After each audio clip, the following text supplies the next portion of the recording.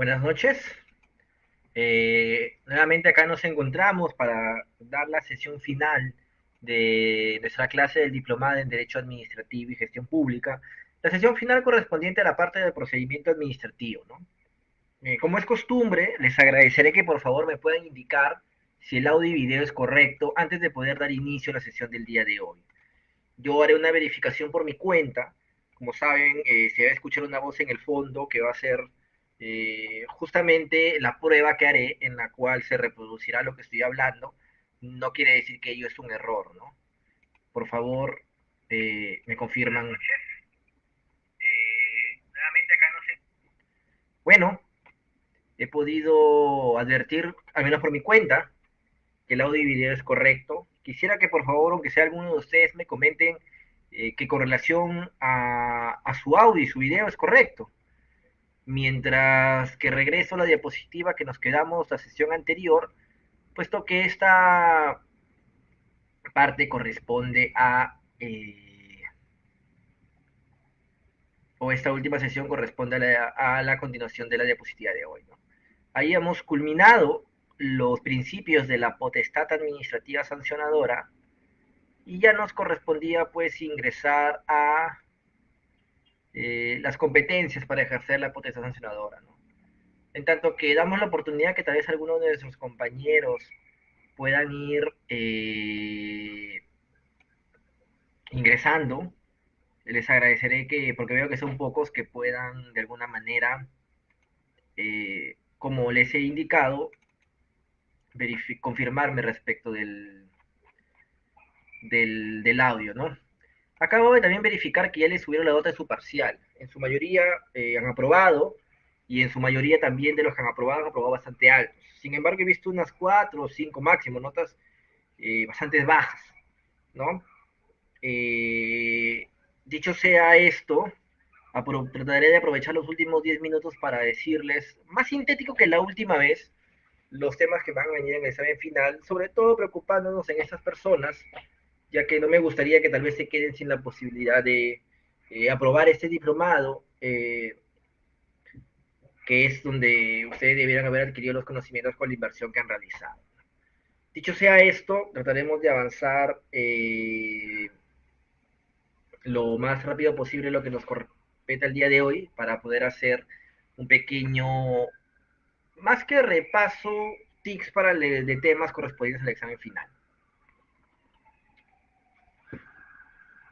A ver, bueno, nosotros ya habríamos ingresado lo que es correspondiente al PAS, el procedimiento administrativo sancionador. Habíamos explicado pues el porqué del mismo. Ya habíamos indicado que esta potestad que tiene la administración pública habilita a la misma a castigar al administrado y que este castigo implica una vulneración a sus derechos. Y a pesar de que esta frase suene extraño como la definición o características de una potestad, es correcta. Pero para que esta vulneración sea válida, debe estar enmarcada en una serie de parámetros y uno de estos son los principios. Los principios que ya la sesión anterior, principios de la potestad sancionadora, hemos desarrollado de manera teórica, de manera práctica, ya sea de manera doctrinaria, la sesión anterior como hemos indicado. Ahora, nos corresponde tener en consideración otros aspectos concernientes a estos principios, ¿no? Otros aspectos respecto de los cuales, pues, eh, también actúan como una serie de parámetros, de filtros, de garantías para el correcto ejercicio de esta potestad sancionadora, que impliquen buena cuenta transgredir derechos de los administrados, ¿no? Para ello, estamos hablando en la diapositiva que tenemos a la vista sobre la competencia para la potestad sancionadora, ¿no? Y para esto tenemos que recoger algo que ya hemos indicado tanto en el principio de legalidad y un poco en tipicidad, ¿no? Que la posibilidad de poder sancionar administrativamente debe estar atribuido por norma de disposición legal o reglamentaria, si es que para que esto último opere, la norma de carácter legal se lo permitía el reglamento, ¿no? Ahora bien, esta atribución en norma de rango legal debe establecer expresamente la potestad sancionadora respecto de la entidad. Y además de ello, hay que tener en cuenta que esta potestad es indelegable. ¿Qué quiere decir? Que si yo como entidad soy la que puede sancionar, no puedo delegar esta facultad a otra entidad. Pero esto trae en realidad un análisis un poco más minucioso. Nosotros entenderíamos pues de que la norma de rango de ley, al ser una norma general, lo que va a hacer es determinar que cierta entidad tenga la potestad sancionadora. Pondré un ejemplo. La SUTRAN, la Superintendencia de Transporte Terrestre de Cargas, Personas y Mercancías, en su ley de creación establece que tiene la facultad sancionadora. No obstante, la pregunta es, la SUTRAN, una superintendencia, una entidad pública, un organismo público ejecutor, a través de quién ejerce la potestad sancionadora en el marco de la organización que tienen interna, a través de la superintendencia, a través de su gerencia general, a través de su gerencia de administración, a través de su gerencia de recursos humanos, a través de cualquiera de estos de manera indistinta, y la respuesta vendría a ser no. Nosotros en las primeras sesiones también desarrollamos los instrumentos de gestión e indicamos pues que estos, en buena cuenta, eh, van a permitir, entre otras cosas, organizar la entidad. Y había uno en particular que desarrollamos que era el ROF, Reglamento de Organización y Funciones, el cual en particular lo que va a indicar es la estructura de la entidad, las funciones de cada una de las oficinas, órganos, unidades de la entidad y las conceptualización general de para qué ha sido creada esta entidad. En dicho sentido, al establecer la estructura orgánica y saber qué unidades y qué órganos está compuesta la entidad, va a establecer en cuál de estos recaerá cada una de sus competencias, entre estas, la potestad sancionadora. Dicho esto, para el caso de Sutran, existe una gerencia denominada la Gerencia de Procedimientos y Sanciones, que a su vez tiene una serie de subgerencias, que son las que, de acuerdo al ROF, tienen establecida puntualmente la facultad de ejercer la potestad sancionadora en el ámbito de tránsito, transporte y servicios reglamentarios. Ahora bien, ya tenemos en claro que al ser la potestad sancionadora indelegable, la SUTRAN no podría delegarlo a otra entidad y tampoco esta gerencia podría delegarla a otra. Y justamente acá traigo a colación un caso que sucedió en el 2018 en dicha entidad, el cual versa sobre el siguiente.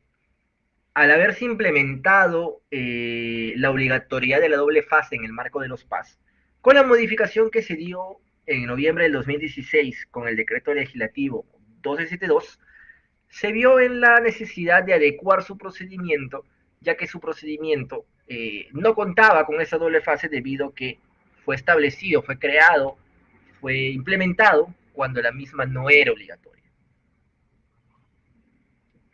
Para ello, estableció que la etapa instructora iba a estar a cargo de una gerencia denominada gerencia de fiscalización y la etapa sancionadora iba a estar a cargo de la gerencia de procedimientos y sanciones, lo cual en esencia implicaba pues una afectación a esta prohibición de delegar la potestad sancionadora, puesto que la potestad sancionadora son todos los atributos que puede realizar o todas las acciones que puede realizar a efectos o con la finalidad de ejercer esta potestad, en buena cuenta sancionar, sea desde el inicio del procedimiento, la recepción del descargo, la emisión del conocido IFI, informe final de instrucción, hasta la asunción de competencia del órgano sancionador, la notificación del IFI, la recepción del nuevo descargo y la emisión de la resolución final, así como la revisión en apelación del mismo. No podríamos entender, porque en este caso se entendió así, que al ser la etapa instructor una etapa de inicio en la cual no se determina aún la sanción, esta no forma parte de la potestad sancionadora y por ende podría ser delegable. Esto es erróneo porque la potestad sancionadora es un todo y no deja de serla en una u otra etapa. Esto fue establecido así de manera incorrecta, pero de manera adecuada se corrigió en el año 2019. Ahora, esto nos sirve para entender de que la imposibilidad de delegar se da tanto a nivel de entidad como a nivel de órganos o unidades de la misma. Ahora bien, además de esto, tenemos que el procedimiento administrativo sancionador, también conocido como PAS, tiene una serie de caracteres. Y entre estos, el que ya hemos venido mencionando es el que tenemos a la vista. Diferenciar en su estructura entre la autoridad que conduce la fase instructora y el que decide la aplicación de sanción, Acá una primera crítica de carácter técnica, ¿no? Denominar a una autoridad instructora y a otra sancionadora o quien decide la aplicación de la sanción únicamente bajo este parámetro es no técnicamente lo mejor. ¿Por qué? Porque de alguna manera u otra ya se está preestableciendo que la segunda autoridad únicamente tiene facultades de sancionar, cuando ello no es así. Puede sancionar, puede establecer la prescripción, puede declarar la inexistencia de responsabilidad, puede solicitar que se declare hasta una nulidad. Tiene un haz de variedades que no únicamente se van a encasillar en la sanción y denominar la autoridad sancionadora, implícitamente se estaría induciendo a que solo podría sancionar. Por ello, lo recomendable es que sea denominada como la autoridad resolutora, porque resolverá la parte final y decidirá respecto del ejercicio no en esencia de la sanción, o la decisora. No obstante ello, y a pesar de que técnicamente pues tengamos esta pequeña crítica, la norma la ha denominado autoridad sancionadora, ¿no? Pero es importante hacer esta acotación. Ahora bien, el hecho de que la norma precise de que deben existir dos autoridades que deben ser distintas, que van a llevar a cabo dos etapas o dos fases del procedimiento en una misma instancia, tiene una finalidad. Y esta finalidad es salvaguardar la imparcialidad, la neutralidad y la autonomía. ¿Qué es lo que busca en esencia? Busca lo siguiente, bajo la siguiente lógica. Si quien inicia un procedimiento ha realizado la investigación y ha decidido iniciar el procedimiento, a pesar de que este podría haberse dado en base a indicios o prueba indiciaria, ya tiene una posición asumida, ya ha realizado un prejuzgamiento, y esto implica que está contaminada ya con una posición al respecto.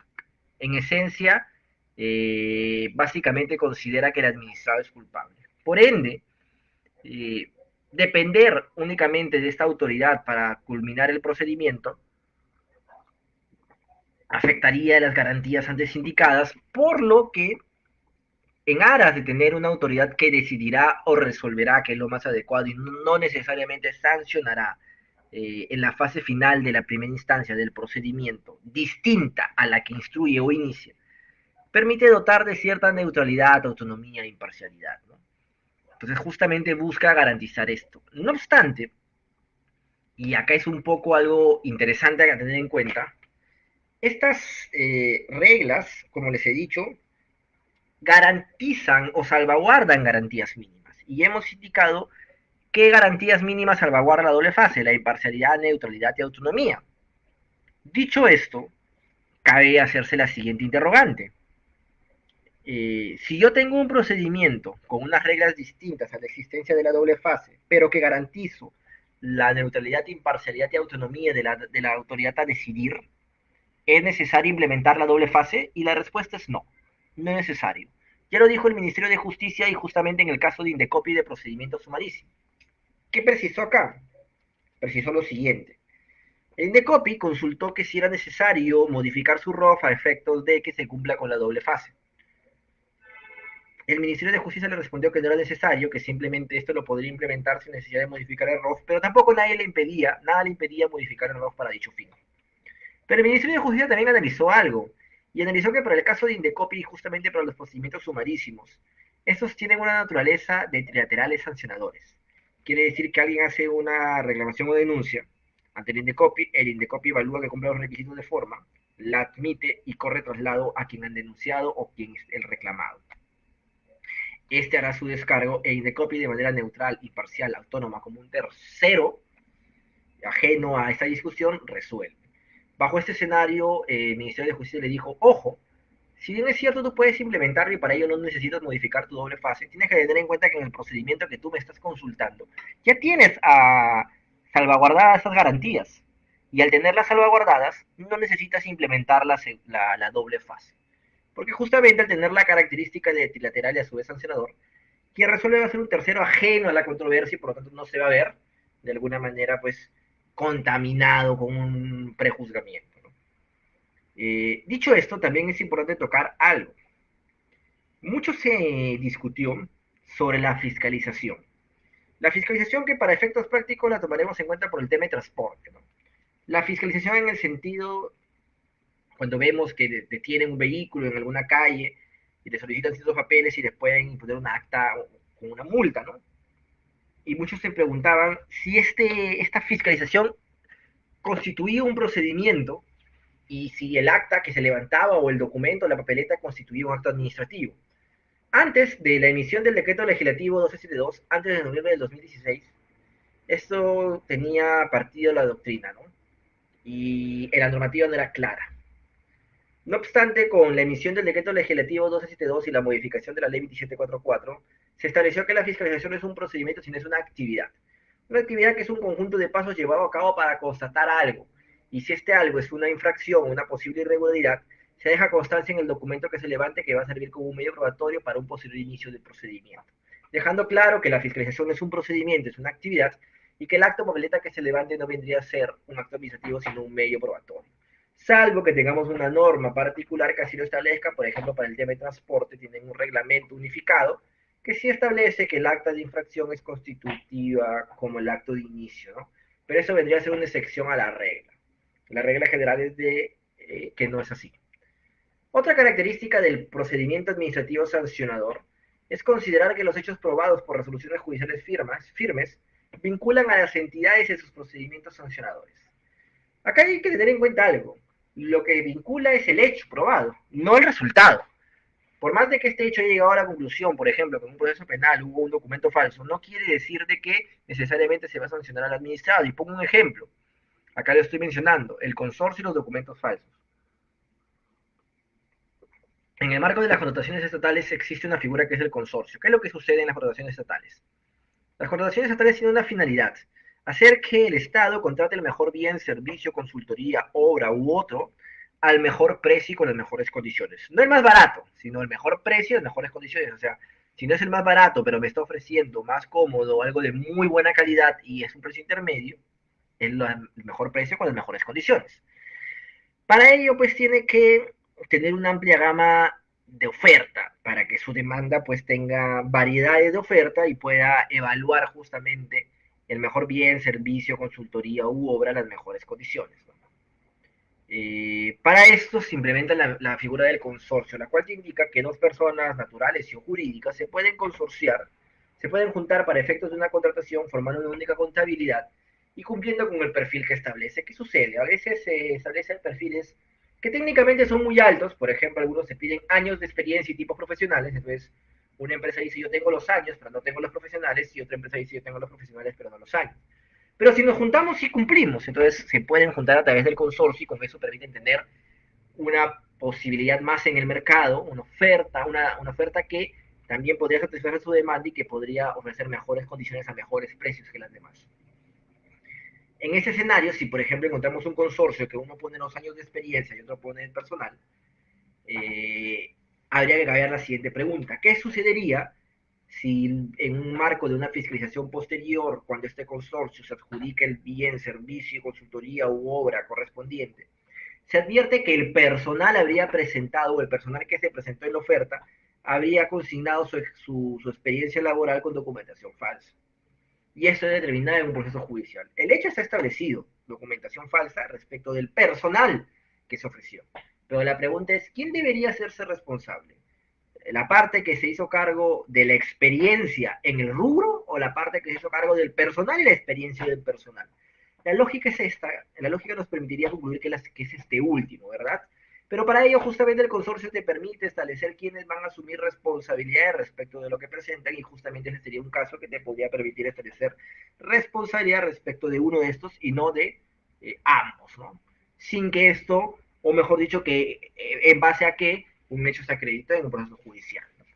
Otra característica que tiene el PAS es notificar a los administrados los hechos que se imputen a título de cargo, la calificación de las infracciones de tales hechos pueden constituir y la expresión de las sanciones que en su caso se pudieran imponer, así como la autoridad competente para resolver la sanción y la norma que atribuye a tal competencia. Esto les pediría que lo tengan bastante en cuenta, porque es lo mínimo que tiene que haber un procedimiento y porque también es una de mis preguntas del examen final. ¿Qué debe contener mínimamente un acto de inicio o el acto que se notifica a los administrados? Los hechos que se le imputan a título de cargo, la calificación jurídica de estos hechos para que configuren unas infracciones, la expresión de las sanciones que va a configurar o que va a ser consecuencia de esa infracción que está configurado por los hechos antes indicados, así como la autoridad que va a imponer la sanción y la norma que le dé la competencia. Y acá nos hacemos unas preguntas. ¿Y los antecedentes y el derecho de acceso al expediente? Algunas normas, y dentro de esas, por ejemplo, tenemos la Ley de Servicios Civiles y sus normas reglamentarias, establecen textualmente que además de notificar el acto de inicio, se debe notificar los antecedentes que dieron lugar al mismo. Y esto es saludable y, en mi juicio, lo correcto. No podríamos sostener que se notificaría un acto de inicio sin los antecedentes, puesto que todos sabemos y somos conocedores de que los actos administrativos contendrán una serie de análisis en los cuales se hará referencia a informes técnicos y o legales, los cuales además deberían tenerse a la vista para evaluarlos de manera completa, y así ejercer sin limitación alguna y de manera correcta el ejercicio de derecho de defensa. No obstante, en la ley de carácter común, como era la ley 2744 y en muchas otras normas, esto no está establecido textualmente. No obstante, es una interpretación que debería darse a favor del administrado justamente porque maximiza sus derechos entre esos el derecho de defensa. Tal vez algunos podrían indicar, sí, pero él tiene derecho al acceso al expediente. Sí, pero muchas veces el acceso del expediente implica realizar una actuación que de acuerdo a las condiciones podría implicar una limitación al derecho de defensa. Por ejemplo, el arraigo o domicilio del administrado en provincia, siendo que el expediente se encuentra en la capital o en otra provincia. Frente a esto, lo mejor es tener el acceso o la notificación con todos los antecedentes a efectos de no limitar de manera alguna el derecho de defensa. Otro carácter es otorgar al administrado un plazo de 5 días hábiles, no menor a este plazo, para formular sus alegaciones y utilizar los medios de defensa admitidas por el ordenamiento jurídico y según las reglas de la carga de la prueba, sin que la abstención del ejercicio de este derecho pueda ser considerado elemento de juicio en contrario a su situación. Acá es claro, no menos de 5 días para que hagas tu descargo y presentes tus pruebas de acuerdo a la carga de la prueba. Y ojo, pestaña y ceja. El hecho que tú no hagas tu descargo no quiere decir que convalide el cargo imputado. No, ¿por qué? Porque nosotros tenemos un principio que ya hemos analizado, que es el principio de presunción de licitud, el cual presumimos que el administrado, que es parte del procedimiento administrativo, eso es que está procesado bajo la posible o bajo la posibilidad de que se imponga una sanción correspondiente, ha actuado conforme a las normas y que debemos probar que es lo contrario. Es una presunción de licitud, más no una presunción de culpabilidad, por ende no se puede tener por convalidado por no haber ejercido el derecho de defensa los cargos imputados. Hacemos otra pregunta, y esa ampliación de plazo no lo dice textualmente, pero también es un criterio que se basa en el principio de razonabilidad, ¿no? El otorgamiento de un plazo adicional no está facultado expresamente, pero tampoco está prohibido, pero pueden hacer a raíz de la razonabilidad y poder ejercer adecuadamente el derecho de defensa, más aún cuando nos encontramos en procedimientos de complejidad o procedimientos en los cuales no se tenga a la mano cierta información, ¿no? Otra característica es que la administración va a revisar de oficio las resoluciones administrativas fundadas en hechos contrarios con los probados en las resoluciones judiciales con calidad de cosa juzgada de acuerdo a las normas que regulan los procedimientos de revisión de oficio. Esto se da en el supuesto de que se emita un determinado acto administrativo y que dentro de los considerandos del acto administrativo se establezca una calidad a un hecho, se indique que un hecho ha tenido cierto sentido, pero en un proceso judicial se ha determinado que este hecho no tenía el sentido que se dio en la resolución administrativa, sino lo contrario.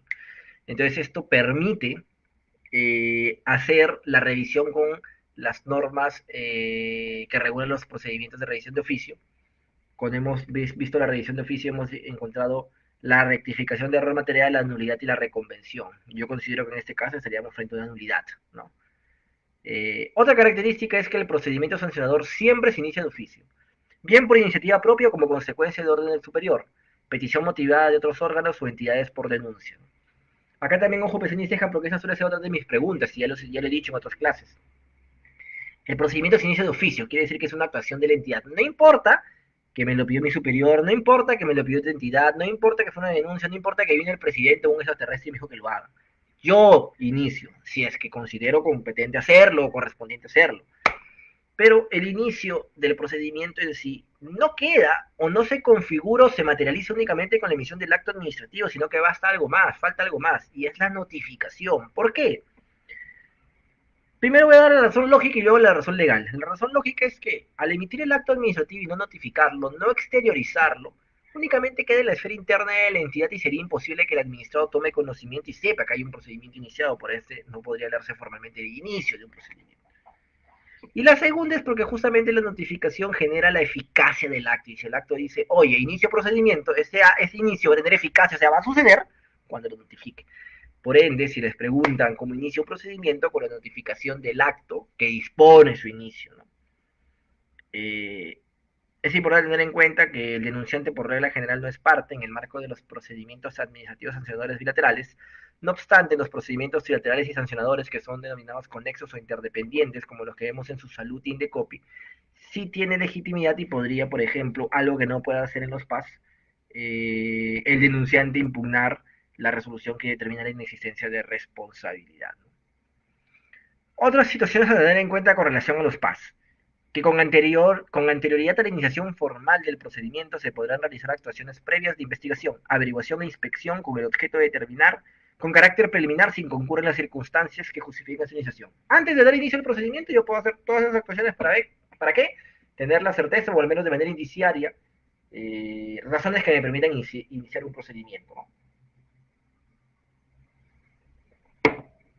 Antes de poder investigar. Decidida la iniciación del procedimiento sancionador, esto es, iniciado el procedimiento con la respectiva notificación, la autoridad instructora del procedimiento formula la respectiva notificación de cargo al posible administrado, para que presente sus descargos por escrito en un plazo de 5 días hábiles, que no podrá ser inferior a 5 días hábiles contados a partir de la fecha de su notificación. Ya está explicando el procedimiento. Puedes investigar, decides iniciar, notificas, no le das de menos 5 días hábiles para iniciar el procedimiento.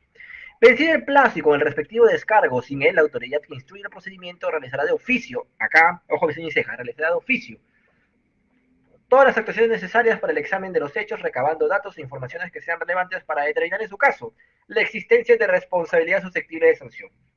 Veamos que, a pesar de que antes de iniciar el procedimiento se existen las facultades de investigar, ya ha iniciado también, y esto nace bajo la lógica que generalmente un procedimiento inicia de manera indiciaria, y como existe una presunción de licitud por parte del administrado, se tiene que seguir investigando para desvirtuar la misma. No puede haber una presunción de los hechos indicados así no te hayan presentado el descargo, porque se entiende que debes haber seguido investigando y eso deberá evaluarse.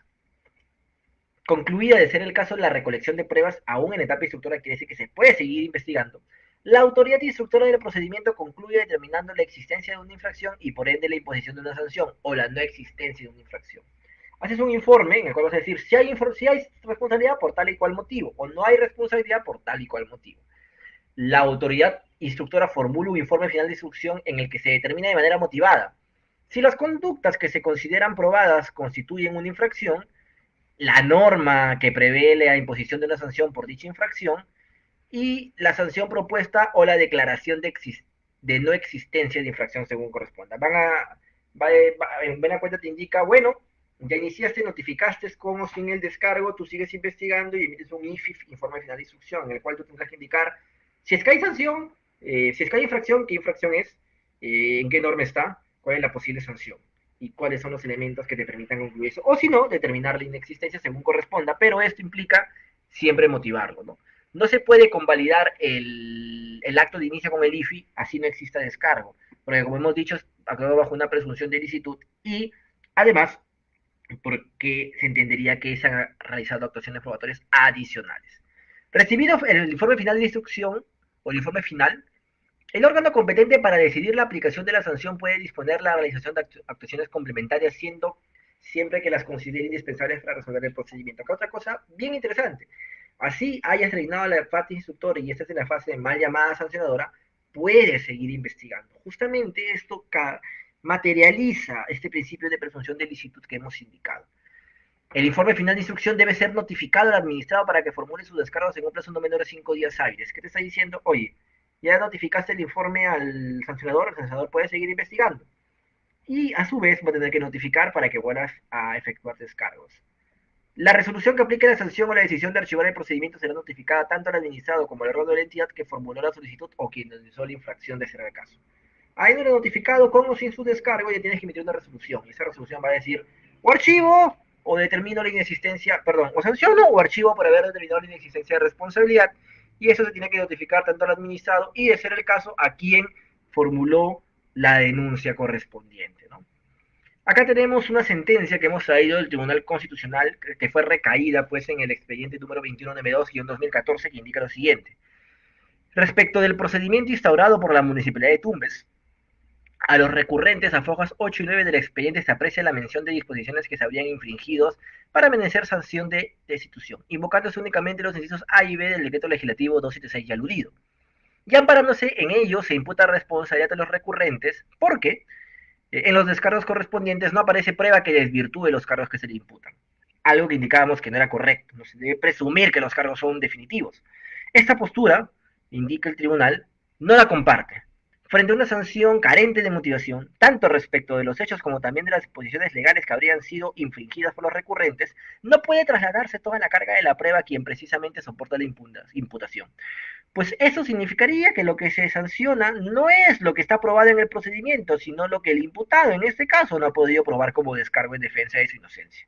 Por ello, al disponer en este caso que sea el propio investigado administrativamente quien demuestre su inocencia, se ha quebrantado el principio constitucional de presunción de inocencia, que también rige el procedimiento administrativo sancionador, sustituyéndolo por una regla de culpabilidad que resulta contraria a la Constitución. En este caso se estableció justamente lo que hemos comentado. No puedo convalidar los cargos y esperar que el administrado demuestre su inocencia. Yo tengo que probar que él ha incurrido en esta falta.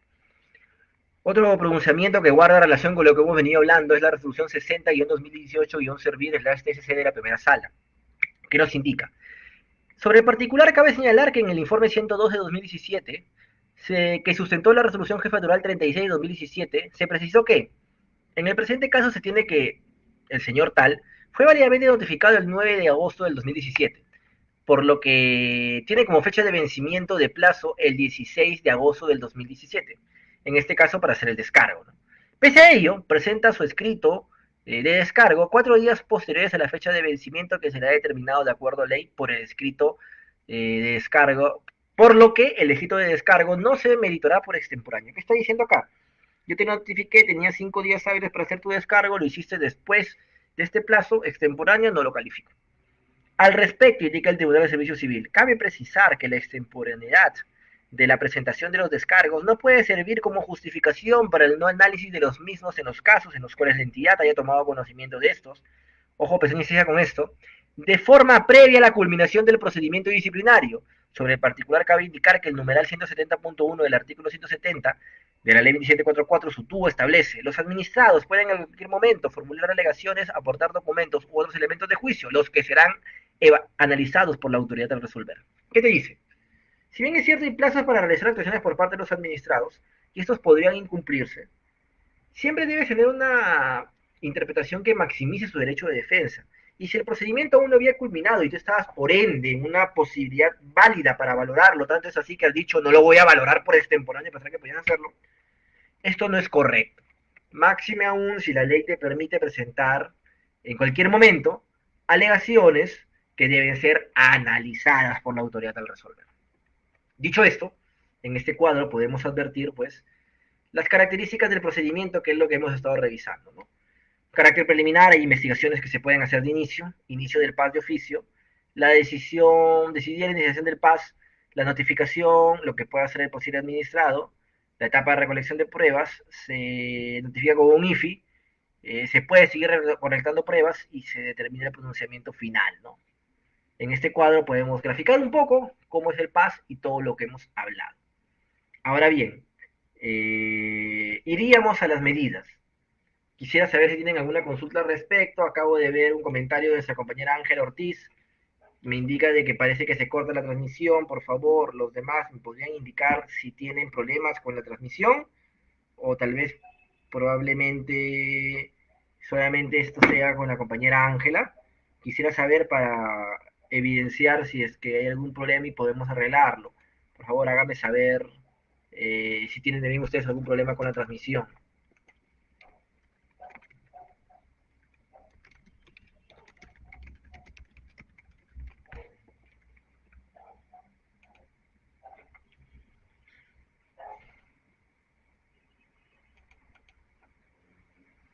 Encontramos para dar la sesión final de nuestra clase de diplomado.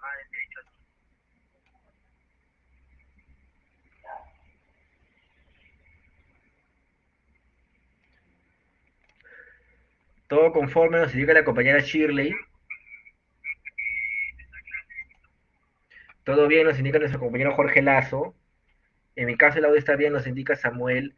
Ángela, aparentemente el problema sería con tu señal.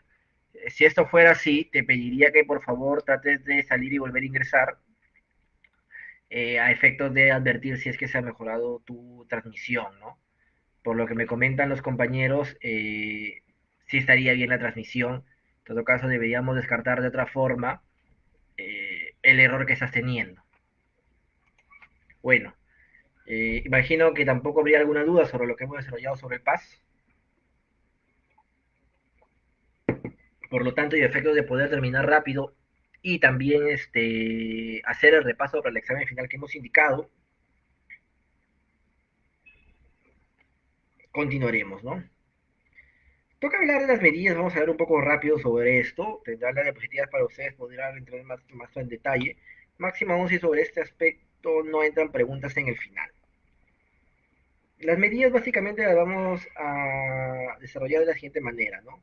Existen ciertas actuaciones que pueden ser realizadas por la autoridad administrativa en el marco de un procedimiento, antes de iniciarlo en el procedimiento iniciado y complementando el pronunciamiento en el marco del procedimiento. Estas podrían ser conocidas como medidas preventivas, medidas cautelares y medidas correctivas. Las preventivas son tal vez para aquellos que tienen conocimiento o tal vez experiencia judicial, aquellas que son conocidas como las medidas cautelares fuera del procedimiento, ¿no? Yo puedo emitir una medida cautelar que tenga como finalidad salvaguardar un bien jurídico que se vea afectado gravemente y o asegurar el pronunciamiento final del procedimiento, ¿no? Por ejemplo, si nosotros advertimos pues de que un restaurante está brindando el servicio de alimentos y los alimentos no tienen las medidas de salubridad adecuada, no vamos a esperar que se inicie un procedimiento que el mismo termine y recién se cierre. Antes de iniciar el mismo se toma una medida preventiva que generalmente es el cierre del mismo.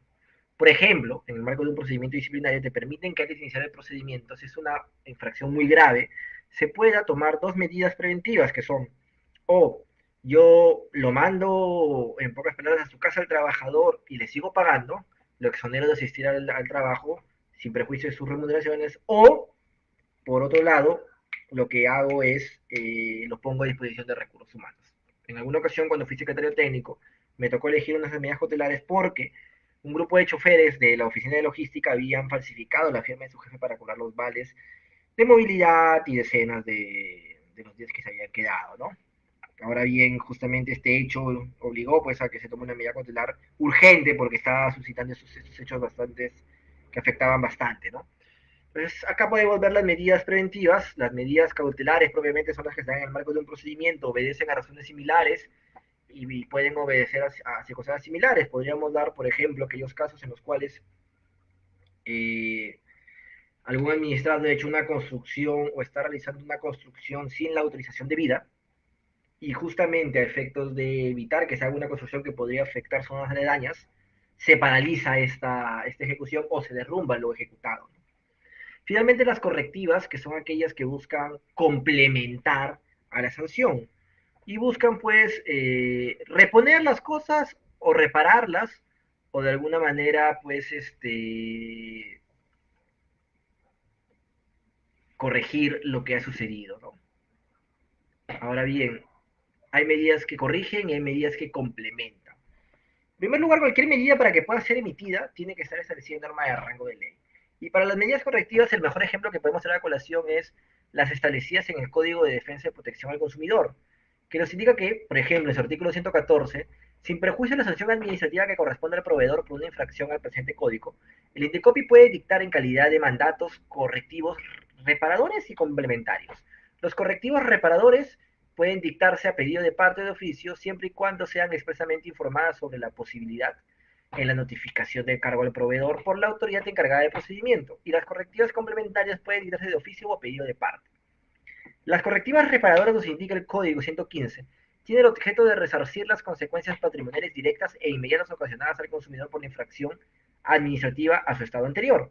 Por ejemplo, reparar productos, cambiar productos, entregar productos que no han sido entregados o pagar los gastos que se pueden haber incurrido por la infracción. En cambio, las correctivas complementarias tienen por objeto revertir los efectos de la conducta infractora y evitar que se produzca nuevamente a futuro, y puede ser, entre otros, que el proveedor cumpla con atender una solicitud requerida y que no fue atendida, que se declare inexigible algunas cláusulas que han sido invocadas como abusivas, el decomiso y destrucción de mercaderías, que es ilegal, ¿no? Entonces, en este caso tenemos, en este ejemplo, como indicopio figurado dos tipos de medidas correctivas, una para resarcir el daño y otra para evitar que el mismo se siga cometiendo, ¿no?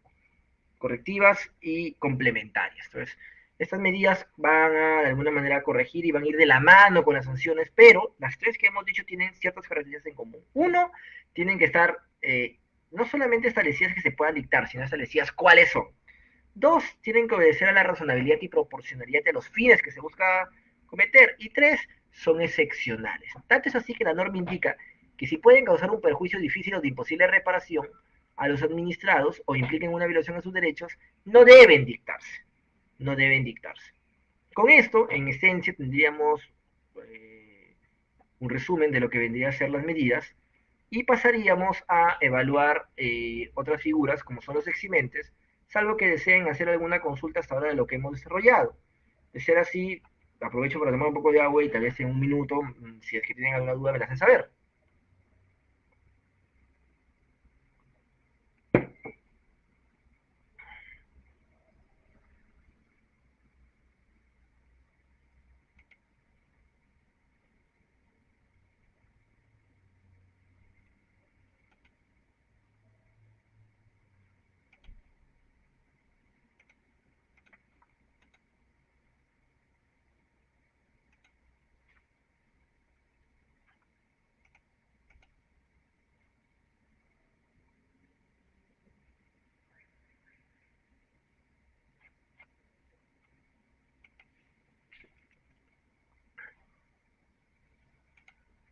No veo consultas al respecto, continuaremos en todo caso. En el marco del ejercicio de la potestad sancionadora, existen otras reglas que hay que seguir como son los eximentes. ¿Qué son los eximentes? Son supuestos que permiten establecer que a pesar de que se incurrió en la conducta que es calificada como infracción, te eximen de responsabilidad y por ende no opera la consecuencia de la infracción, que es la sanción. Y esos están regulados por la norma y son A, caso fortuito, fuerza mayor debidamente comprobado; B, obrar en cumplimiento de un deber legal o el ejercicio legítimo del derecho de defensa; C, la incapacidad mental debidamente comprobada por la autoridad competente siempre que ésta afecte la actitud para entender la infracción; D, la orden obligatoria de la autoridad competente expedida en el ejercicio de sus funciones; E, el error inducido por la administración o por disposición administrativa confusa y ilegal. Fuera de que podríamos entenderlos con su solo lectura, vamos a dar algunos ejemplos. En primer lugar, caso fortuito, fuerza mayor. Ambos son dos supuestos que tienen características que son extraordinarios, es algo que no pasa comúnmente; imprevisible, es algo que no puedo predecir exactamente cuándo sucederá; e irresistible, porque no puedo resistirme a sus efectos. Pero se diferencian ambos supuestos porque el caso fortuito obedece a un evento de la naturaleza, mientras que la fuerza mayor a un acto de un hombre o del gobierno externo a quienes forman parte de la relación en particular. ¿Acaso solicita que estos acontezcan y que sean debidamente comprobados? Un caso es, por ejemplo, con la emisión del régimen disciplinario, o mejor dicho, la vigencia del régimen disciplinario de la Ley de Servicio Civil. El 14 de septiembre del 2014 entró en vigencia el régimen disciplinario de la Ley de Servicio Civil. Y acá hubo todo un tema en discusión sobre la prescripción. ¿Por qué? Porque antes, por ejemplo, los trabajadores sujetos al decreto legislativo 276 se regían por sus propias reglas, y entre otras, su regla de prescripción indicaba que era un año desde que la Comisión de Procedimientos Disciplinarios tomara conocimiento de los hechos. Con la Ley de Servicio Civil se elimina la existencia de las comisiones y se cambia la regla de la prescripción y se indica la prescripción es a los 3 años de la ocurrencia de los hechos, salvo que en el marco de esos 3 años recursos humanos tome conocimiento, será un año. Dicho esto, ocurrió que muchos casos, no habían sido puestos de conocimiento de recursos humanos y tampoco de las comisiones, y tenían más de 3 años de la ocurrencia de los hechos, y con la vigencia del régimen disciplinario de la Ley de Servicio Civil, habrían prescritos. Como la norma indicó en su momento que se aplicaba la prescripción, acá entra a debatirse algo, ¿no? ¿Habría responsabilidad por la prescripción que habría operado? Y acá considero que operó claramente un caso de fuerza mayor por un hecho del gobierno. al emitir una norma que cambiaba las reglas del juego de manera extraordinaria, porque no es ordinario cambiar todo un régimen disciplinario, imprevisible, porque no sabías exactamente en qué momento iba a entrar en vigencia, e irresistible, porque no podías hacer nada sobre esto, no había responsabilidad de ningún funcionario porque se cambiaron las reglas del juego justamente con una nueva normativa, ¿no? Y al haber operado esto, si bien es cierto, habría configurado el hecho que es la prescripción, no habría responsabilidad sobre el mismo. Obrar incumplimiento de un deber legal o ejercicio legítimo del derecho de defensa, ¿no? Y acá pongo un ejemplo que dan con las oficinas de administración. Cuando, por ejemplo, estamos en entidades que ven obras o cualquier servicio bien, y posteriormente estas contrataciones son sujetas a una auditoría y son observadas los entregables, muchas veces se quiere inmiscuir a esto a las oficinas de administración y finanzas, justamente por haber realizado el pago. Pero cuando hace un análisis uno minucioso va a advertir de que la oficina de administración y finanzas no podría, por ejemplo, entrar a discutir en el marco de un tema de obras un pago de mayor metrados por metros que no fueron ejecutados. Si en una obra te dice, oye, acá tú me has catalogado que eran 20 metros, pero en realidad son 30, y yo te valorizo por 30 metros, y el área uno, la supervisión y el área técnica han dicho sí, es 30, y después vino el OSI y dijo no eran 30, eran 28, pagaste 2 metros de más, es tanto culpa del supervisor, del área técnica y de administración, esto último es inconcebible. ¿Por qué? Porque el deber real de administración es que si todo está conforme, formalmente hablando, eh,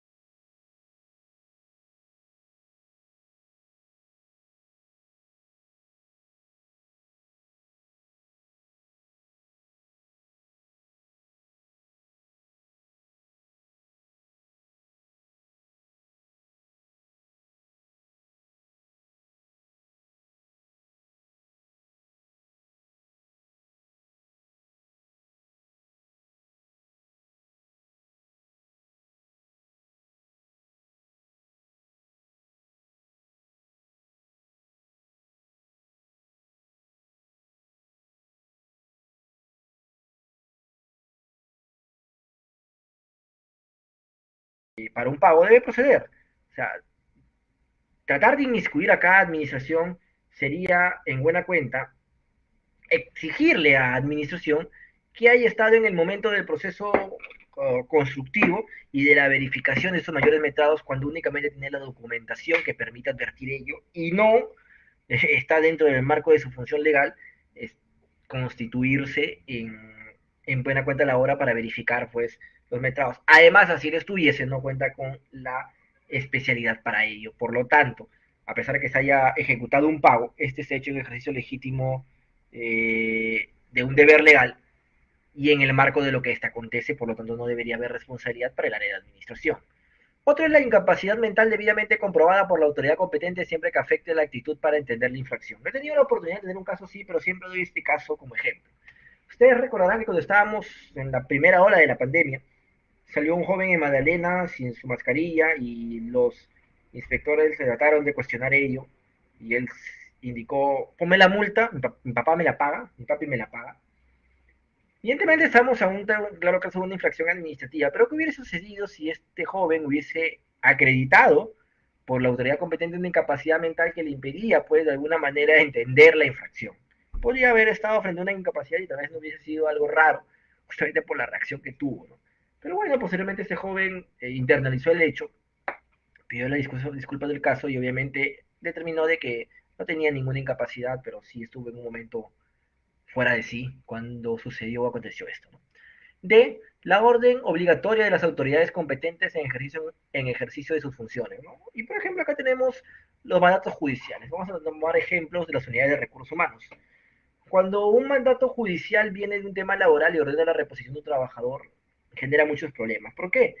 Porque para que un trabajador sea repuesto y tenga la característica determinada en el marco de una entidad de la administración pública, requiere una serie de situaciones, como la existencia de una plaza debidamente determinada, libre, presupuestada y vacante.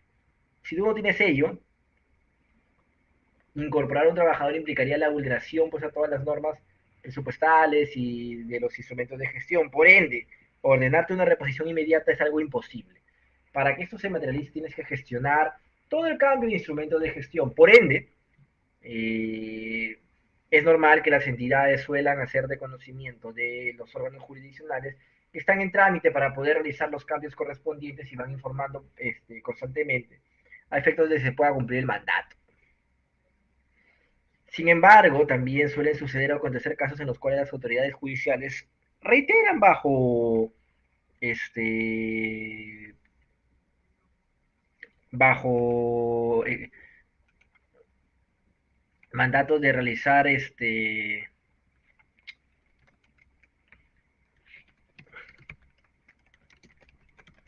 bajo mandatos de realizar pues multas u otros temas y hasta denuncias por desacatos a la autoridad eh, estos hechos, estos incumplimientos, ¿no? Entonces, frente a este supuesto, en algunas ocasiones las entidades cumplen con incorporar, vulnerando esas normas antes indicadas, ¿no? Pero acá estaríamos frente a un eximente porque yo he cumplido la orden obligatoria de una autoridad competente a expedir en el ejercicio de sus funciones, ¿no? Finalmente tenemos el error inducido por la administración o por disposición administrativa confusa y ilegal. Y acá siempre traigo a colación este caso. Mm, Más o menos en el 2015, el TUPA de salud, que era aprobado por decreto supremo, sufrió una modificación por resolución de gerencia general. Ojo con ese dato. El TUPA de salud, aprobado por decreto supremo, sufrió una modificación por una resolución de gerencia general. Norma de diversos rangos, ¿no? Una norma de mayor rango estaba siendo modificada por una norma de menor rango. En el cual exigía que para que los convivientes sean considerados como derechohabientes debía tener un reconocimiento notarial, escritura pública o judicial. Eh, Esto fue bastante cuestionado y fue llevado a través de una acción popular justamente hacer una norma de rango menor a ley para cuestionar su constitucionalidad y se dieron dos aspectos. Uno es el aspecto formal, que es el que ya hemos advertido. No puedes modificar una norma de mayor rango con una de menor rango, afecta el principio piramidal o de jerarquía normativa establecida en la Constitución. Y dos, afectarías pues el derecho a la salud, los principios básicos del derecho administrativo como simplicidad, presunción de veracidad, entre otros, ¿no? El Poder Judicial se pronunció porque esta acción constitucional únicamente acaba en el Poder Judicial y determinó que efectivamente por un tema de forma, porque no podía ser modificado un decreto supremo por una resolución de gerencia general, había una inconstitucionalidad de esta norma, ¿no? Y la declaró inconstitucional. Posteriormente se volvió a hacer la modificación bajo los mismos mecanismos, si no me falla la memoria. Y bajo esto nace la siguiente pregunta, ¿no? Si tú ya sabes, o deberías saber porque es público, de que exigir ello es inconstitucional y se vuelve a aprobar, si tú le exiges sabrías que estás exigiendo algo ilegal o inconstitucional. No obstante, tú lo haces inducido por el error de la administración al haber emitido una disposición confusa o ilegal, ¿no? Aquí podría operar este eximente. Ah, perdón, me había faltado un eximente, que es la subsanación voluntaria por parte del posible sancionado del acto u omisión imputado como constitutiva de infracción, constitutivo de infracción administrativa con anterioridad a la notificación de la imputación del cargo, que es claro, ¿no? Entonces incurrir en una infracción, ¿no? Sí. Antes que yo te notifique el inicio del procedimiento, tú la has subsanado. Al haberla subsanado, bueno, ya no hay responsabilidad, ¿no? Esto es sencillo, pero en UEFA tienen un caso interesante. Ellos analizan las faltas instantáneas, que son aquellas que ocurren en un momento, por ejemplo, ellos, las empresas o las empresas privadas que realizan las actividades que tienen impactos ambientales tienen que realizar ciertos monitoreos. Y esos monitoreos son en determinados momentos. Si tú no has realizado el monitoreo en determinado momento, así lo realices de manera posterior, ya no puedes subsanarla, porque ese fue un monitoreo que debiste haberlo hecho en un día y hora incorrespondiente. Al ser instantáneo, al pertenecer a un momento y día correspondiente, subsanar la hora no correspondería, ¿no?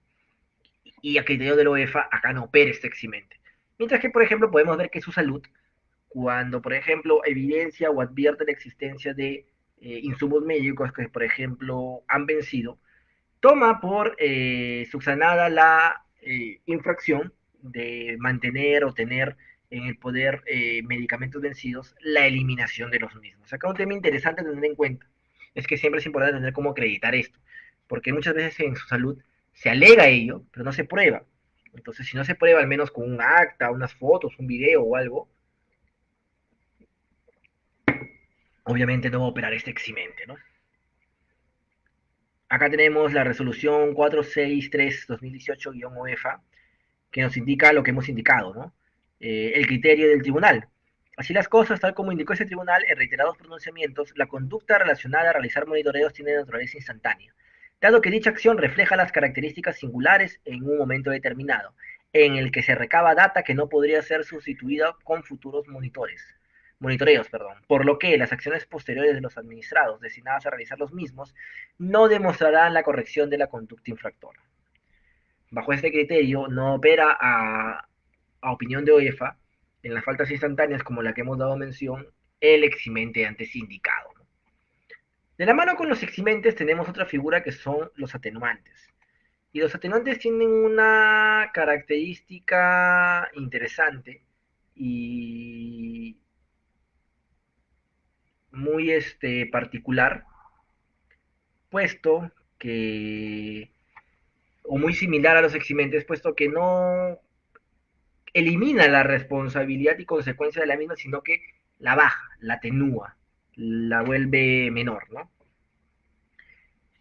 Y como atenuantes, básicamente la norma lo que establece es A, si iniciado un procedimiento administrativo sancionador, el infractor reconoce su responsabilidad de forma expresa y por escrito, y B, otros que establezcan por norma especial. El primero es, bueno, te han notificado el procedimiento y tú reconoces de forma expresa y por escrito tu responsabilidad.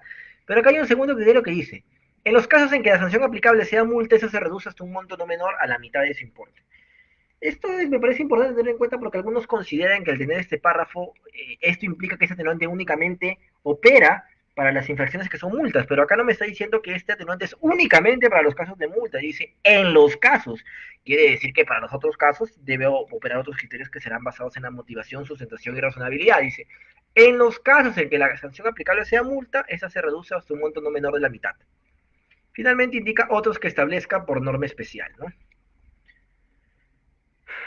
Ahora bien, tenemos otras figuras a tocar acá, que son básicamente la prescripción del procedimiento, la prescripción para el inicio del procedimiento, la prescripción del procedimiento, que vamos a verlo cuando toquemos la caducidad del procedimiento, la prescripción de la exigibilidad de la multa y la pérdida de la prescripción de la exigibilidad de la multa y la pérdida de ejecutabilidad del acto administrativo. Vamos a explicar estas cinco figuras de manera conjunta para poder terminar teniendo el tiempo que hemos comentado en comienzo sobre justamente pues los temas que van a venir en su final y a su vez para hacer un pequeño resumen de lo que es el disciplinario antes de terminar, que me tomaré unos 15, 20 minutos máximo. Hasta tal vez un poco menos si lo hacemos más rápido, pero justamente les quiero explicar un poquito de disciplinario porque van a venir, o posiblemente puedan venir un par de preguntas sobre ellos, ¿no? A ver, tenemos la prescripción para iniciar el procedimiento, la prescripción del procedimiento y la caducidad del procedimiento, la pérdida de ejecutividad del acto administrativo y la prescripción de la exigibilidad de la multa. Vamos por partes. Cuando un hecho acontece y este hecho configura una infracción, la potestad sancionadora implica que puedas iniciar el procedimiento, evaluar en el marco de las actuaciones que ya hemos desarrollado y determinar si existe o no responsabilidad. Iniciar este procedimiento, esto es emitir el acto de inicio y notificarlo, tiene un plazo. Y la norma me dice, oye, ojo, tú tienes el plazo que te va a indicar tu norma especial. Si no, son 4 años desde la ocurrencia del hecho. ¿Qué pasa si la norma especial no dice nada? 4 años. Si pasaron 5 años, ¿puedo iniciar un procedimiento sancionador? No. Prescribe la facultad para iniciar procedimiento. Hasta ahí todo bien, ¿no? Sin embargo, si yo inicio antes de que pasen esos 4 años, salvo que mi norma especial me diga otro plazo distinto, no habría prescrito. En el marco del procedimiento iniciado hay un plazo que se debe seguir desde que el procedimiento inició, esto es desde la notificación del acto de inicio hasta la notificación de la decisión final del procedimiento, sea un archivo o sea pues una sanción. Y para esto la norma primero nos regula, la norma general, la caducidad. ¿Y qué nos dice? Desde que se inició el procedimiento con la respectiva notificación hasta que se notificó la resolución final no puede pasar más de 9 meses. Salvo que, antes de que estos 9 meses concluyan, tú hayas justificado por escrito ampliarlo por 3 meses más. O sea, podría ser un máximo de 12 meses. Ahora bien, aquí hay una particularidad. Tomemos el caso de los 4 años, ¿no? Para yo poder iniciar tengo 4 años. Supongamos que lo inicié al año. Ok. Y mi procedimiento estaba en el mes 8, lo programé o lo prorrogué por 3 meses más. Llegó al mes 12, no concluí, caducó, quiere decir que el procedimiento culminó por caducidad. Si yo sumo ese año que ha pasado más el otro año que pasó, serían 2 años. La pregunta es, al haber pasado 2 años sin que se haya emitido pues un pronunciamiento final y que ya haya caducado el procedimiento, ¿podría volver a iniciar teniendo en cuenta que no ha prescrito la posibilidad de volver a iniciar el procedimiento? Y la respuesta es sí. Esta es la primera gran diferencia entre la caducidad del procedimiento y la prescripción del procedimiento. La prescripción del procedimiento, y que por ejemplo la tenemos en el marco de la ley de servicio civil, indica que si iniciado el procedimiento hasta emitir la resolución final no puede pasar un año. Entonces la primera diferencia, pero no tan interesante, es que acá es un año definitivamente, no es 9 meses por abajo por 3 más. La otra diferencia interesante, pero no la más importante, si no se podría decir que la segunda más importante, es de que acá te dice, ojo, desde que se inicia el procedimiento, que es la notificación, hasta la emisión del acto final, no te dice hasta la notificación del acto final. Eso se estableció como un precedente vinculante de servir, el cual considero que es cerrado, pero bueno, sí está establecido. Y la gran diferencia es que si opera la prescripción del procedimiento, tú ya no puedes iniciar el mismo, así no haya operado el plazo de prescripción para inicio, lo que la caducidad sí te permite. Entonces, en buena cuenta, la prescripción para iniciar el procedimiento, la prescripción del procedimiento y la caducidad del procedimiento son consecuencias que operan en el ordenamiento jurídico por el transcurso del tiempo. Si el tiempo ha transcurrido tanto desde que aconteció una infracción o inició un procedimiento para determinar responsabilidad y eso no concluye, opera como consecuencia la imposibilidad de poder determinar las responsabilidades. Ahora bien, hemos tomado el supuesto antes de iniciar el procedimiento, en el marco del procedimiento vamos a tomar el supuesto correspondiente o concerniente a la sanción. Yo tengo una sanción, pero una pregunta, si la sanción me la emiten hoy, 5 de abril de 2021, ¿la puede ejecutar el 5 de abril de 2031? Y acá opera esas dos figuras, la pérdida de ejecutividad del acto administrativo y la prescripción de exigibilidad de la multa. En primer lugar, vamos a tener que tener en cuenta que una es género y otra es especie. ¿Cuál es género? ¿Cuál es más grande? La pérdida de ejecutoriedad del acto administrativo. ¿Qué te dice? Todo acto administrativo tiene un tiempo para ejecutarlo. Si pasa ese tiempo, ya no puedes ejecutarlo. Es 2 años de secretariado firme y consentido. Y la prescripción de la exigibilidad de la multa, ¿qué está diciendo? Toda multa tiene un tiempo para ejecutarla. Si ha pasado este tiempo, no puedes ejecutarla. También es 2 años de secretariado firme o consentido. La diferencia es que la prescripción de exigibilidad de la multa habla de todo acto administrativo que contenga una sanción, sea económica o sea multa o no. mientras que la prescripción de exigibilidad de la multa únicamente eran de los actos administrativos de carácter de multa, estos son económicos. Género y especie, el mismo tiempo, el plazo que tienes para ejecutarlo, 2 años que ha sido consentido y o consentido o firme, ¿no? En esencia también es un transcurso del tiempo para realizar determinada actuación, caso contrario ya no se podrá realizar, ¿no? El tema acá también va de la mano eh, con lo que conocemos con la seguridad jurídica, ¿no? Siendo que atenta a la seguridad jurídica el hecho de estar eternamente a la espera de poder, de alguna manera, saber hasta cuándo te van a estar, de alguna manera, eh, es, posiblemente sancionar, posiblemente ante la situación de una sanción, ante un procedimiento aperturado o ante un procedimiento pues por concluir, ¿no? Es necesario pues justamente que eh, esta situación de alguna manera concluya, ¿no? Y justamente esto eh, opera con estas situaciones, ¿no? Ahora bien, con esto tendríamos básicamente concluido lo de que correspondería al PAS, porque ya habíamos hablado de estas 5 figuras. Acá tenemos hasta algunos procedimientos, algunos elementos interesantes, ¿no? Fin del PAS, el PAS pues finaliza a través de una resolución o un acto que pone fin al procedimiento y no se podrán aceptar hechos distintos a los determinados en el curso del procedimiento con independencia de su valoración jurídica. ¿Qué nos dice? Si tú iniciaste por A, terminas por A, no puedes terminar por B. No puede haber una incongruencia, más aún porque ello afectaría el derecho de defensa, ya que no me permitiría haberme defendido de lo que correspondía, ¿no? Y cuando el infractor sancionado recurra o impugne la resolución adoptada, la resolución de los recursos que interponga no podrá determinar la imposición de sanciones más graves para el sancionado. Quiere decir, oye, si tú me sancionas con una multa de una UIT y yo la apelo, así tú no me des la razón, no puedes aumentarme la sanción. Solamente puedes disminuírmela o puedes eliminarla, pero nunca hay un aumento, ¿no? Acá sería lo correspondiente pues al PAS. Voy a aprovechar y voy a subir una diapositiva sobre PAT, procedimiento administrativo disciplinario. Pero ojo, ojo con lo que les voy a decir.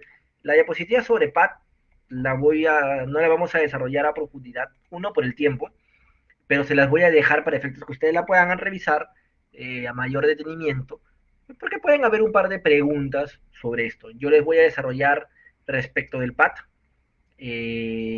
ahora en unos minutos y luego culminaremos con lo que corresponde pues a lo que es el resumen de los temas a tocar justamente para su examen final.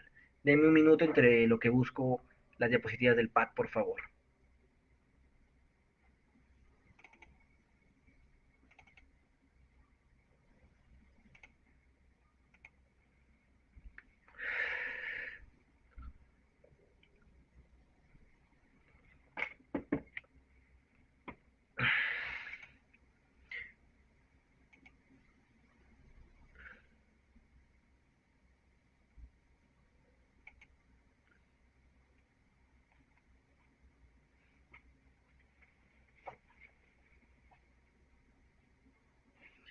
Acabo de subir la diapositiva del PAD.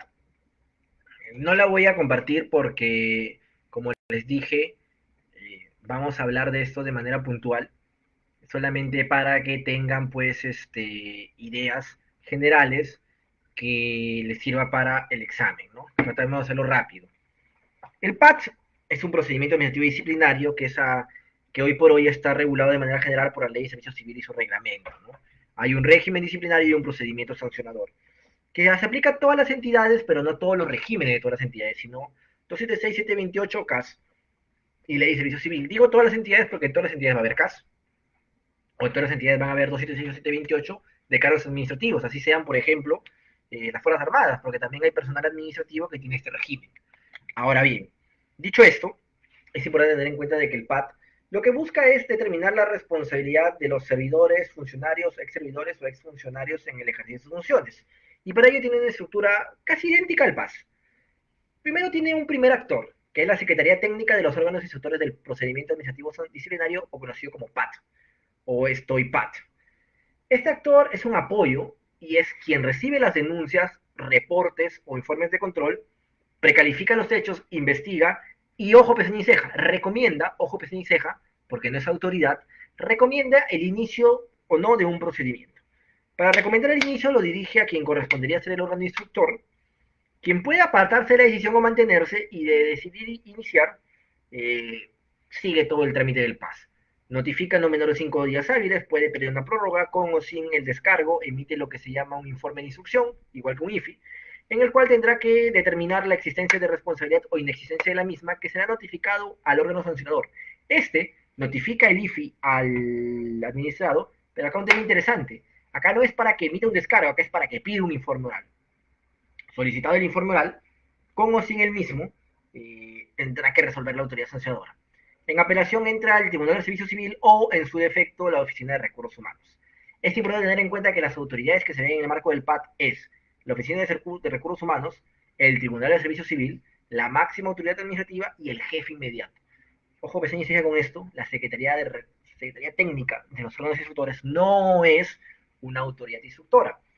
Un tema interesante para evaluar y comparar entre el PAS y el PAT es que, por ejemplo, en el PAS el informe oral no es obligatorio, en el PAT el informe oral es obligatorio.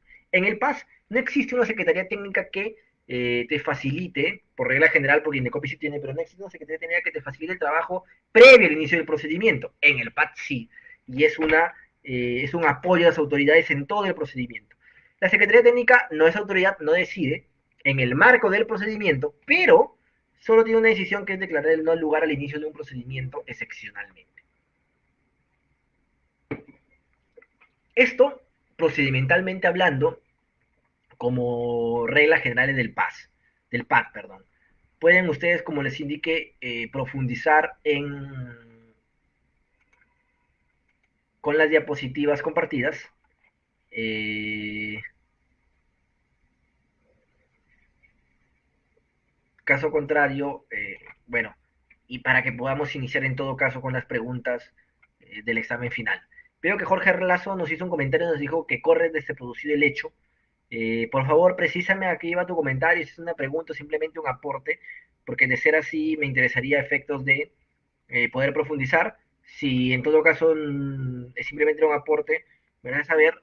Y antes de poder hacer el resumen de los temas que corresponderían al examen final, me gustaría de que me indique si tienen alguna consulta al respecto, por favor, porque ya entraríamos a la parte final y con eso cerraríamos, ¿no? Haríamos básicamente los temas que corresponden, y ya quedarían expeditos para que cuando corresponden el cronograma que se ha aprobado puedan dar su examen final, ¿no?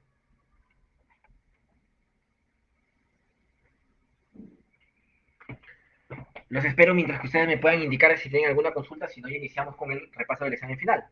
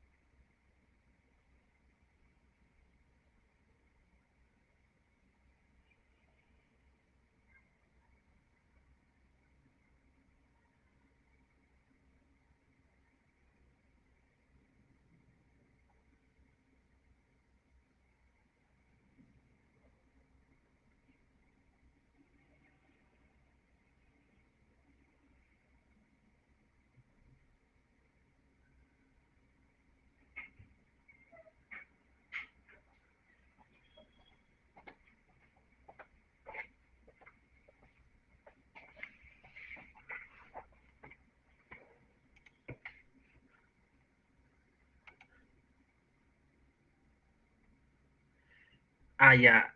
La prescripción. Claro, sí, la regla general es que el plazo corre desde producir el hecho. Eso sí, sí es cierto, salvo que tu norma te establezca un plazo distinto, ¿no? Tu norma especial. Pero sí es eso. Bueno, habiendo pasado los minutos y advirtiendo pues de que no hay ninguna precisión, entendería de que correspondería que pasemos a la parte del examen final, ¿no? Bueno, Shirley nos hace una consulta, nos indica que según el cronograma colgado en el grupo, el examen es hasta el martes 20, o sea, aún tendríamos clases la próxima semana 12 y 13. Mira, eso va a depender de los diplomados que hayas matriculado. Acá acaba la parte del sancionador. Entiendo que hay dos diplomados acá porque el, el sílabo se repite hasta acá, que acá está administrativo, porque hay un diplomado de Derecho Administrativo y Procedimiento Administrativo Sancionador, y el diplomado de Derecho Administrativo y Gestión Pública. Entiendo que para los que están en ese segundo, tienen creo que hasta tres clases más, una de mañana y la otra de lunes y el próximo martes, y con eso culminaría. Entiendo que los que son Derecho Administrativo y Procedimiento Sancionador acaban hoy, pero el examen es de la misma fecha a ambos. Eso es lo que entiendo, eso es lo que vi en el cronograma, salvo que lo hayan modificado. De ser así, yo lo único que les puedo asegurar es de que yo acá acabo mi participación con ustedes, salvo que la parte administrativa indique de que, bueno, eh, hay algunas clases adicionales para paz, pero yo siempre culmino con esta clase, ¿no? Yo no tengo mayor información, si es que eres de Derecho Administrativo y Gestión Pública y Derecho Administrativo, entiendo que sí tienes más clases, si eres de Derecho Administrativo y Paz, entiendo que terminaría acá, pero que su examen final es el martes. Esa precisión te podría hacer, si tal vez igual sigues con algunas dudas, yo sí te sugeriría, te pediría que por favor se la hagas saber a la parte administrativa para que ella se las absuelva, ya que yo solamente sé lo que te he comentado, ¿no? Igual, si sé que es para el 20, pero estoy dejando las preguntas porque van a haber exámenes para Derecho Administrativo y Paz, que son únicamente de mis clases, y ahora para Derecho Gestión Pública y Derecho Administrativo, que van a venir algunas de mis clases y otras con las de Gestión Pública, ¿no? Entonces, como ya acaba mi participación, yo les voy a dejar los temas que yo dejo para mi examen final. Espero que con eso les haya un poco suelto, si no, como les digo, la verdad es de que no tendría mayor información, tendrían que comunicarse con el área administrativa, pero igual forma les dejaré los temas que me corresponden a mí, ¿no? Helen me pregunta que si hoy culmina de Derecho Administrativo y que el 20 estamos diplomados. Tengo entendido que es así, tengo entendido que así está en el cronograma. Si el cronograma no ha sido modificado, lo único que les puedo decir es por favor verifiquen la página de Facebook, a través de las cuales hacemos esto, y si continúa el cronograma así, porque los días que lo revisé terminaba así, es así, es así. Voy a darle una revisión por si acaso, pero tiene que ser tal cual les estoy indicando, ¿no? Que es como ha sido colgado, a ver.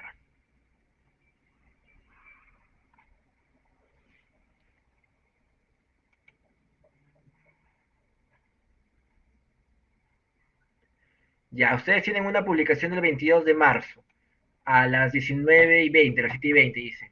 Estimados participantes del Diplomado de Derecho Administrativo y Procedimiento Administrativo Sancionador, guión, Diplomados en Gestión Pública y Derecho Administrativo, son dos. Mediante el presente comunicado informamos que las sesiones proyectados por este medio, a su vez adjuntamos el cronograma de clases. Sesión 1 el 8, sesión 2 el 9, sesión 3 el 15, sesión 4 el 16, sesión 5 el 22, luego viene el 23 examen parcial. Eh, Cada diplomado tendrá su propia transmisión en vivo. Dice, los diplomados PAS, luego a continuación serán los días 29 de marzo, 30 de marzo, 5 de abril. Hasta acá termina PAS. Luego dice, diplomado de gestión pública, continúa el 6, el 12 y el 13. Luego dice, exámenes finales, martes 20 de abril a las 8, examen final del diplomado de Derecho Administrativo y Paz. Martes 20 de abril a las 9 pm, examen de diplomado de gestión pública y Derecho Administrativo. Es el mismo 20, pero los diferencian por una hora, serán los exámenes generales de cada uno. Y por lo que veo acá y no ha cambiado, Paz acabaría hoy, gestión pública acabaría todavía 3 sesiones más.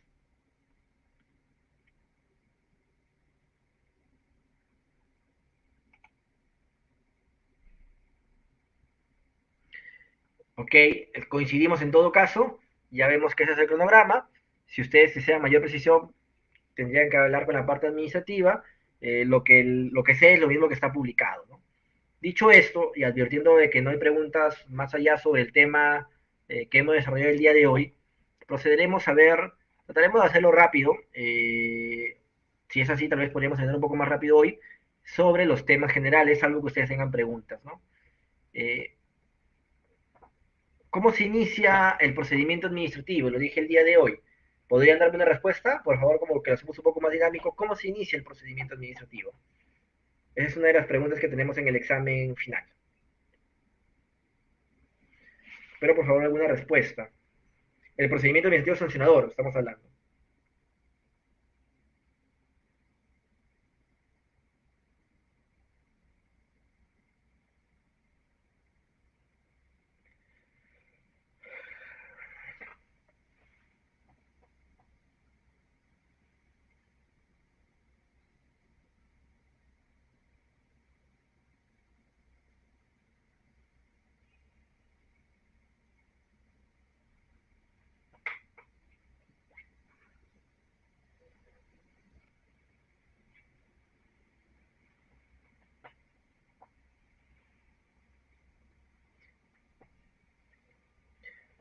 Correcto, Jorge, se inicia de oficio. No está mal tu pregunta. A ver, te voy a dar alternativas, porque por ahí no va la pregunta, ¿no? ¿Cómo se inicia? ¿Con la denuncia? Ah, ¿o cómo se inicia? ¿Con la emisión del acto de inicio? ¿O cómo se inicia? ¿Con la notificación del acto de inicio? ¿O cómo se inicia?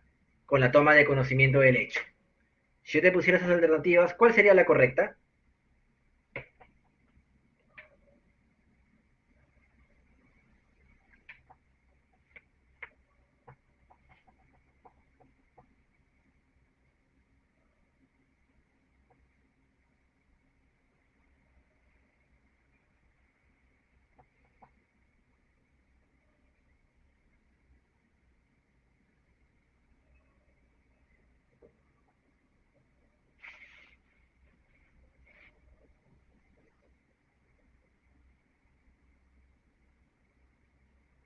Correcto, en el marco de las alternativas que te deben notificar. Acá una precisión, ¿no? Porque esta pregunta puede variar con las alternativas. ¿Qué finalidad tiene la notificación? Poner en conocimiento de los hechos. Y hemos indicado cuando hablamos de notificación en su momento, de que esta se puede dispensar o subsanar. Por ejemplo, si el administrado toma conocimiento por acceso del expediente del acto administrativo y se deja constancia de ello en un acta, ya no es necesario notificar. Entonces, si tenemos esta alternativa, también sería correcta. O si el administrado fue notificado aparentemente con alguna irregularidad, podemos indicar, pues, de que si el administrado hace un acto que permita tener conocimiento de que o que nos permita concluir que ha tomado conocimiento del acto de inicio, también se tiene por subsanada. Ana Elisa nos indica con la constatación de la conducta infractora. No sería en realidad esta correcta, Ana, es como dijo Jorge, recuerda, uno, es de oficio. Al ser de oficio, la entidad de la administración pública tiene que emitir alguna actuación. Constatar no es una actuación de la administración pública. Podríamos decir que podría ser las alternativas que di. Ok, con la emisión del acto que dispone el inicio o con la notificación del acto que dispone el inicio. ¿Por qué es con la notificación y no con la sola emisión? Porque indicamos que el acto, al quedarse en la esfera interna de la entidad y al no ser notificado, no va a surtir ningún efecto. Y por más que yo disponga un acto de inicio de un procedimiento, no surte ningún efecto y en pocas palabras no me sirve para nada. Es correctamente con la notificación. Eh, ¿Cuál es la información mínima que debe consignarse en la imputación de cargos al notificar al presunto infractor? Lo hemos visto hoy día. ¿Qué mínimamente tiene que tener el acto de inicio? ¿Recuerdan?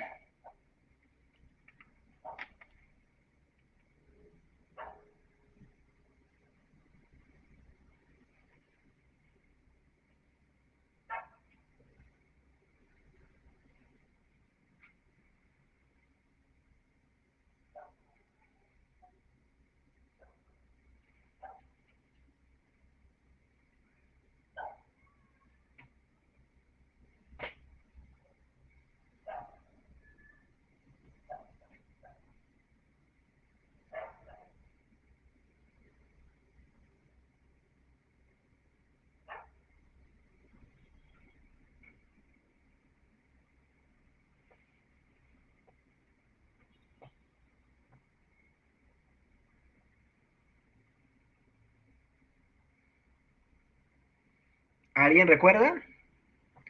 ¿Qué debe contener el acto de inicio de un procedimiento administrativo sancionador? Mínimamente.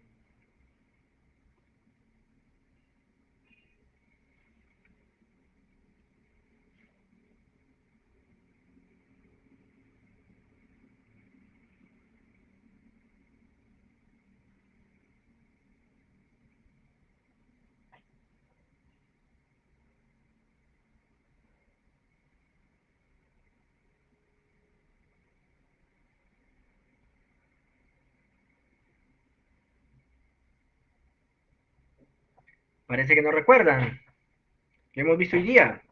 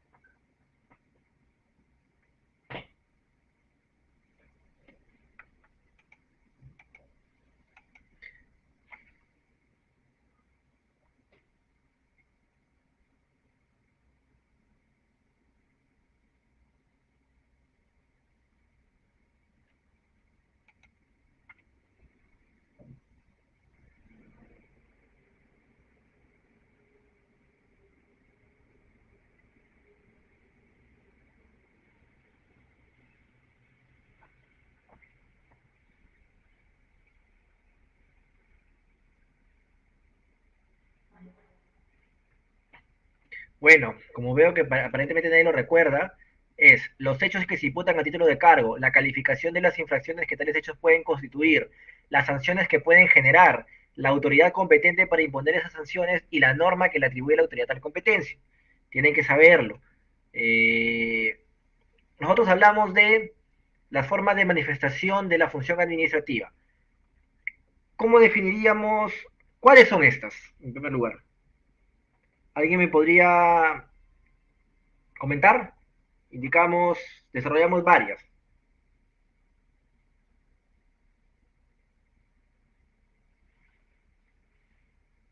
Desarrollamos cinco. ¿Cuáles son? Es una clase antes del parcial. Las formas de manifestación de la actuación administrativa o de la función administrativa.